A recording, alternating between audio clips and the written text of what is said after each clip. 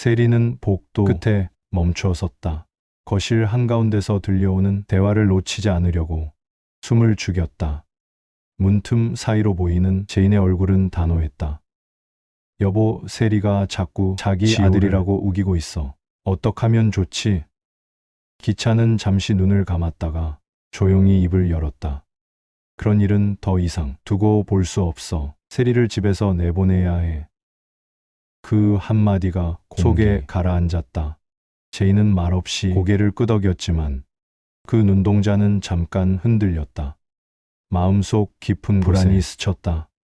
복도에 선 세리는 그 한 문장을 똑똑히 들었다. 집에서 내보낸다. 심장이 빠르게 뛰었지만 문빛은 싸늘하게 가라앉았다. 그래, 너희 둘 다 그렇게 나오겠다는 거지.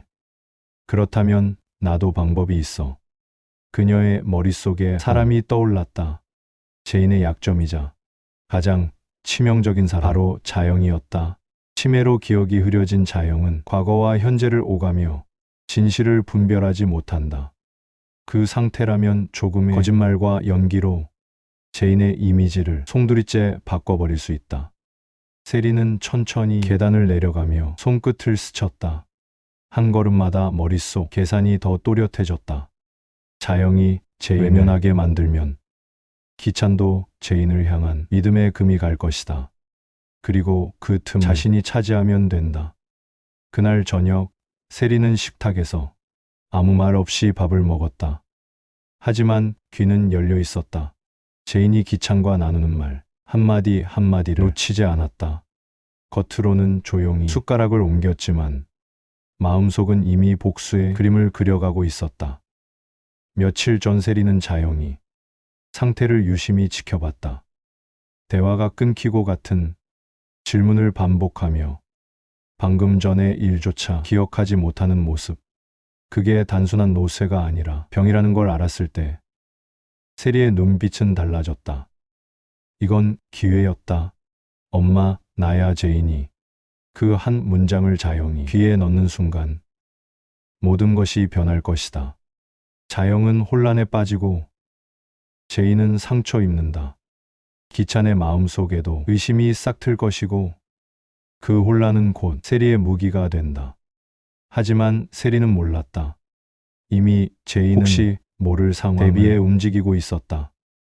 며칠 전 제인은 도윤을 불러 은밀히 부탁했다. 기찬하고 세리가 엄마 상태를 눈치챈 것 같아. 혹시 자영에게 접근하면 위험할 수도 있어. 위치 추적기 달아줄 수 있어. 도윤은 잠시 망설였지만 제인의 눈빛에서 단단한 결심을 읽고 고개를 끄덕였다. 알겠어요. 제가 책임지고 붙여둘게요. 그날 이후 제인은 자영이 있는 곳에 변화를 예민하게 살폈다. 체리가 자영에게 접근할 기미가 보이면 즉시 제인에게 신호를 보내기로 했다. 한편 기찬은 사무실에서 서류를 넘기고 있었다.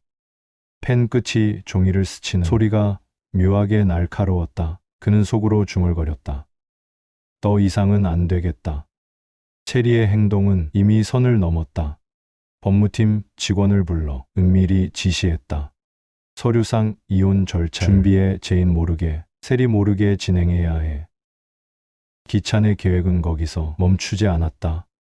이혼이 마무리되면 제인을 법적 부인으로 등록할 생각이었다. 그렇게 되면 세리는 완전히 배제되고 그룹 안에서 자신의 위치는 더 견고해질 것이다. 그러나 세리는 이런 기찬의 속내를 알지 못했다. 그녀는 여전히 자신이 상황을 주도한다고 믿었다. 그리고 곧 자영 앞에서 단호하게 말할 그 한 문장을 속으로 되뇌었다. 체리는 거울 앞에 서 있었다. 입술에 천천히 립스틱 바르며 표정을 만들었다. 미소와 시선, 말투 하나까지 계산했다. 오늘 자영 앞에서 완벽하게 제인이 되어야 했다. 체리는 천천히 자영의 앞에 다가갔다. 엄마, 나야 제인이? 자영은 멍하니 세리를 바라봤다. 순간 눈동자에 미묘한 떨림이 번졌다. 그러나 곧 시선은 흔들리며 허공을 헤맸다. 세리는 그 반응을 놓치지 않았다. 엄마, 나 못 알아보겠어. 어릴 때 내가 엄마 손잡고 시장 다녔잖아. 자영은 고개를 살짝 끄덕였지만 그 표정은 확신이 없었다. 마치 오래된 꿈속에서 희미한 형체를 더듬는 듯했다. 그 순간 세리의 입꼬리가 천천히 올라갔다. 그녀는 제인에게 당한 모든 굴욕과 분노를 떠올렸다. 가슴 속에 쌓아둔 독이 서서히 달콤하게 번져갔다. 이제 내 차례야, 강재인. 속으로 중얼거리며 세리는 자영의 손을 더 세게 감싸 쥐었다. 며칠 전 세리는 자영의 상태를 눈여겨봤다. 대화가 끊기고 같은 질문을 반복하며 방금 전의 일도 기억하지 못했다. 그게 단순한 노쇠가 아니라 병이라는 걸 알았을 때 세리의 눈빛이 달라졌다. 이건 기회였다. 엄마, 나랑 같이 가자. 곧 오실 거야. 세리의 목소리는 부드러웠지만 그 속엔 강철 같은 의도가 숨겨져 있었다. 자영은 이유를 묻지 않았다. 그저 익숙한 손길에 이끌리듯 세리를 따라 움직였다. 세리는 이미 자신이 준비한 장소로 데려갔다. 그곳은 아무도 모르는 외곽의 오래된 별채였다. 창문은 두껍게 가려져 있었고 전화기 하나만 이 방 안에 놓여 있었다. 자영은 그곳에서 세리만 바라보고 있었다. 세리는 마음속 계산을 시작했다. 자영을 숨기면 제인은 혼란에 빠질 것이다. 그 혼란 속에서 그녀는 제인에게 조건을 걸 생각이었다. 엄마, 찾고 싶으면 내 말 들어. 그 시각 제인은 집거실에서 휴대폰을 쥐고 있었다. 화면에 도윤의 메시지가 떴다. 체리 움직인 포차. 어머님과 단둘이 있다. 제인은 숨을 고르며 답장을 보냈다. 계속 지켜봐 주세요. 지금은 개입하지 마시고. 체리는 제인에게 전화를 걸었다. 체리, 무슨 짓을 한 거야? 무슨 짓이긴. 넌 날 무너뜨렸잖아. 이번엔 내가 너를 무너뜨릴 거야. 그 목소리엔 조급함이 아니라 준비된 사람의 여유가 있었다. 제인은 온몸이 굳어갔다. 머릿속이 하얘졌다. 자영이 혼자 길을 잃으면 얼마나 위험한지 제인은 누구보다 잘 알고 있었다. 치매로 인해 순간적인 판단이 흐려지고 낯선 얼굴조차 믿어버릴 수 있다는 걸 알았기 때문이다. 그 불안이 심장을 죄었다. 엄마를 안전하게 데리고 있고 싶으면 먼저 나한테 와. 체리는 한마디씩 또렷하게 그리고 늘게 말했다. 그리고 내가 원하는 대로 해. 그게 내가 할 수 있는 유일한 선택이야. 전화를 끊는 소리마저 차갑게 울렸다. 제인은 손에 쥔 휴대폰을 내려놓지 못했다. 그녀의 숨소리는 점점 거칠어졌고 눈동자는 불안과 분노 사이에서 흔들렸다. 머릿속에서 온갖 최악의 장면이 스쳐갔다. 도윤은 멀리서 세리와 자영의 모습을 지켜보고 있었다. 세리가 의도적으로 자영과 오래 머물며 무언가를 속삭이는 장면이 또렷하게 보였다. 그 표정에는 연민이 아니라 소유욕이 묻어 있었다. 제인은 생각을 정리했다. 세리가 무슨 수를 쓰든 증거를 잡을 기회가 필요했다. 그래서 도윤에게 위치 추적본 아니라 녹음까지 부탁해둔 것이다. 만약 세리가 자영을 속이거나 위협하는 말이 녹음된다면 그 순간이 반격의 시작이 될 터였다. 한편 기차는 사무실에 앉아 서류를 검토하고 있었다. 법무팀 직원이 조심스럽게 서류 뭉치를 내려놓았다. 기차는 펜을 들고 이름 옆에 사인을 했다. 이혼 서류였다.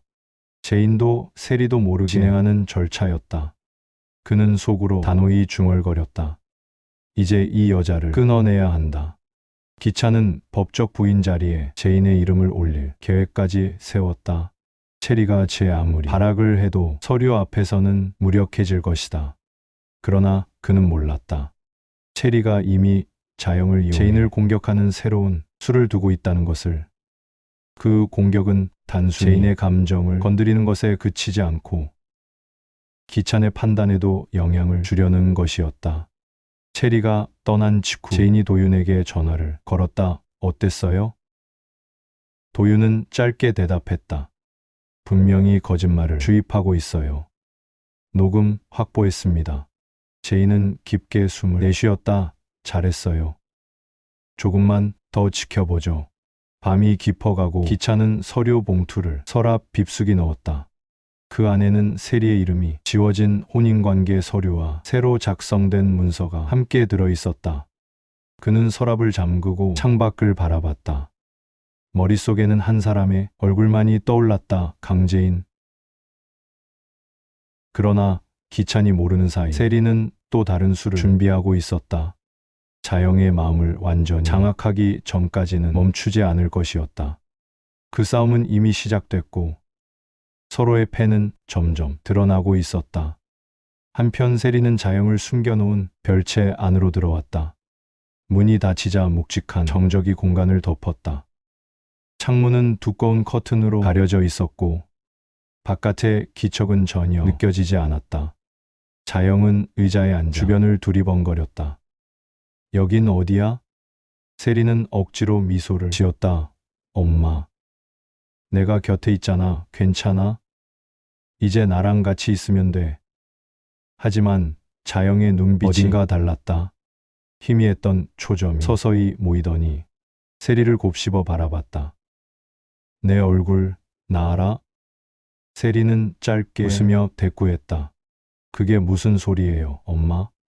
그 순간 자영의 목소리가 낮고 묵직하게 울렸다. 아니, 너 환기만 밀었잖아.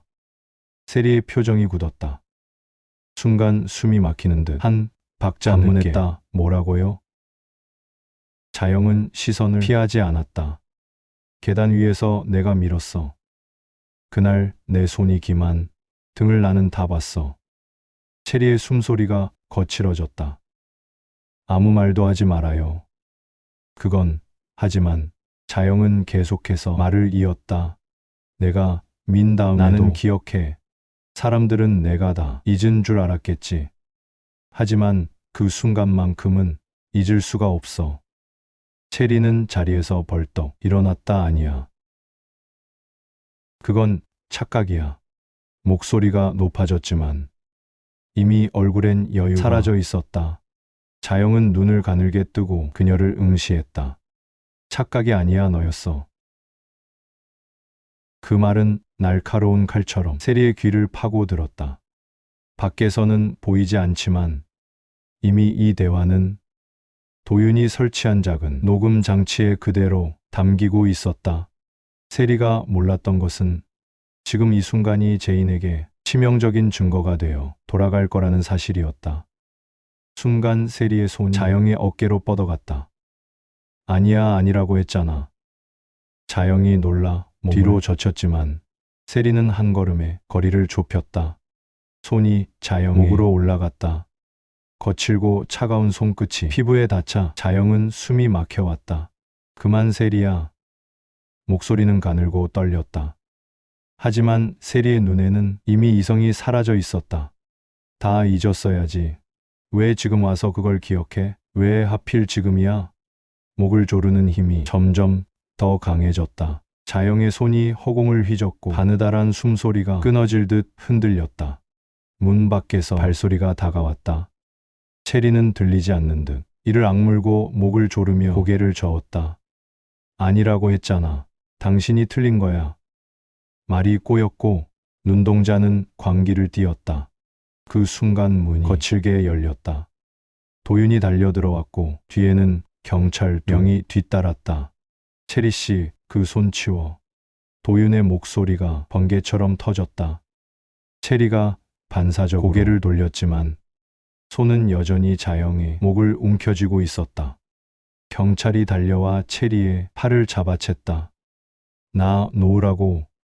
체리가 몸부림쳤지만 두 사람의 힘에 팔이 비틀리며 떨어졌다. 자영은 의자에 고개를 떨군 채 거칠게 숨을 몰아쉬었다. 목에는 붉은 자국이 선명했다. 도윤이 재빨리 다가가 자영의 어깨를 붙잡았다. 괜찮으세요? 이제 안전해요. 체리는 여전히 경찰의 손에 붙잡힌 채 몸을 버둥거렸다. 아니야, 난 짓도 안 했어. 저 여자가 거짓말하는 거야. 그 목소리는 마늘 울렸지만 바닥에 떨어진 작은 장치에서 붉은 불빛이 깜빡이고 있었다. 도윤이 그것을 주워들었다. 다 녹음됐어. 내 목소리 전부. 체리의 몸이 순간 굳었다. 경찰이 그녀를 끌고 나갔고 도윤은 녹음 장치를 조용히 주머니에 넣었다. 그리고 자연을 부드럽게 부축하며 밖으로 향했다. 바깥 공기가 스며들자 별채 안에 남아있던 싸늘한 공기가 서서히 흩어졌다.